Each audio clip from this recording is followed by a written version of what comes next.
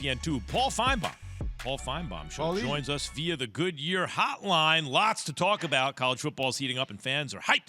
Crack open an ice-cold Dr. Pepper, slap on a fresh coat of face paint, and return to glory with an all-new season of Fansville by Dr. Pepper, the one fans deserve. Paulie, you were trending on Saturday. Seen that. You were trending on Saturday, Paulie. I saw it.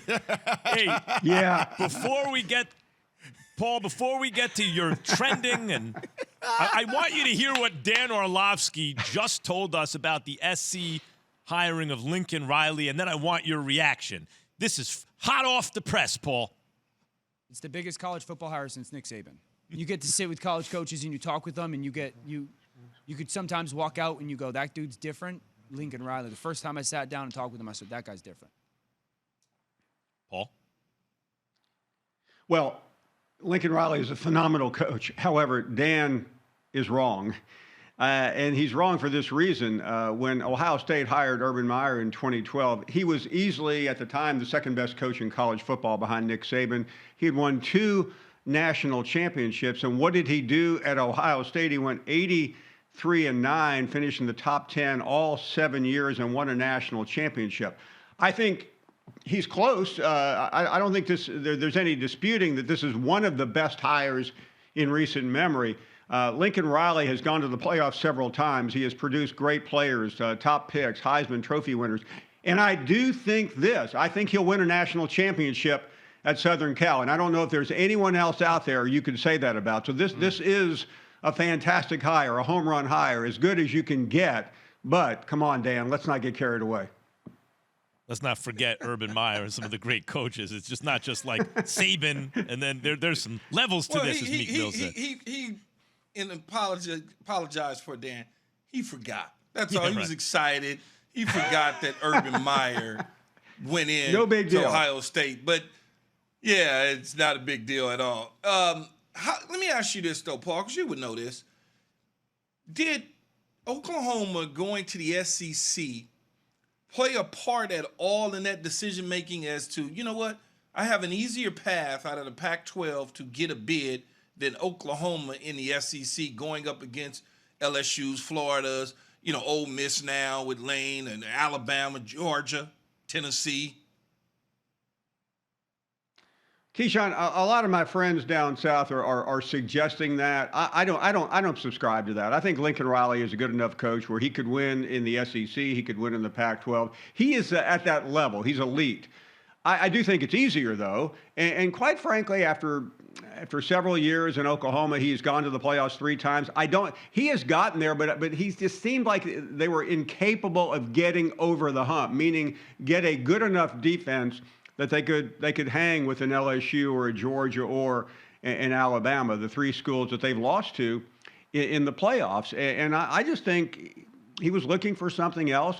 We all know he's flirted with the NFL, and I just think Southern Cal is so attractive. This certainly isn't a knock on where he was, because it's one of the premier college football programs of all time, but so is Southern Cal. And Southern Cal, quite frankly, ranks a little bit higher than Oklahoma on the college football food chain. Not by much, but by that much.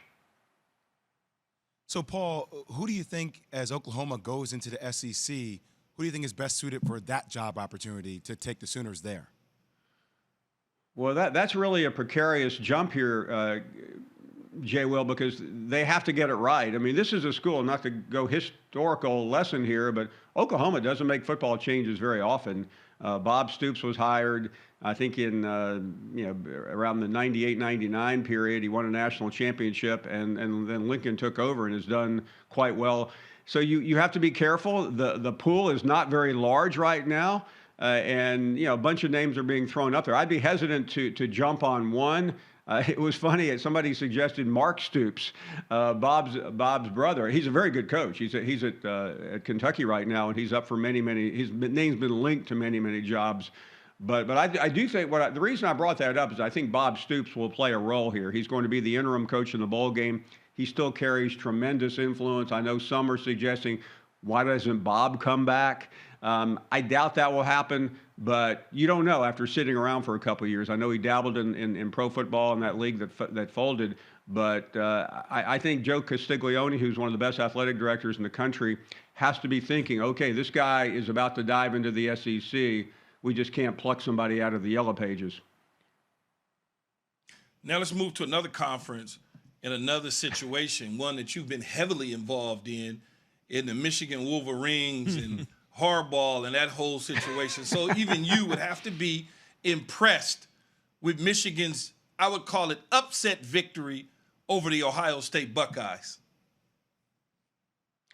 Keyshawn, I thought it was unbelievable. And yes, I mean, my jousting with Jim Harbaugh has gone back and forth for many, many years. But I was genuinely happy for him on Saturday for this reason. Everyone has counted him out, and I'm certainly leading that parade. But yeah, he did the unthinkable. He beat the team that a lot of us didn't think he could ever beat. He did it in convincing fashion. And the scene after that game is one of the greatest I have ever seen in college football history. And all the credit should go to him and his staff and that football team for doing it. And in the process, they knock Ohio State out of the playoffs, which is amazing considering a week ago we all thought Ohio State may look like the best contender to beat Georgia. Thank you, Paul. We're up against it. Thanks for watching ESPN on YouTube. For live streaming sports and premium content, subscribe to ESPN Plus right now.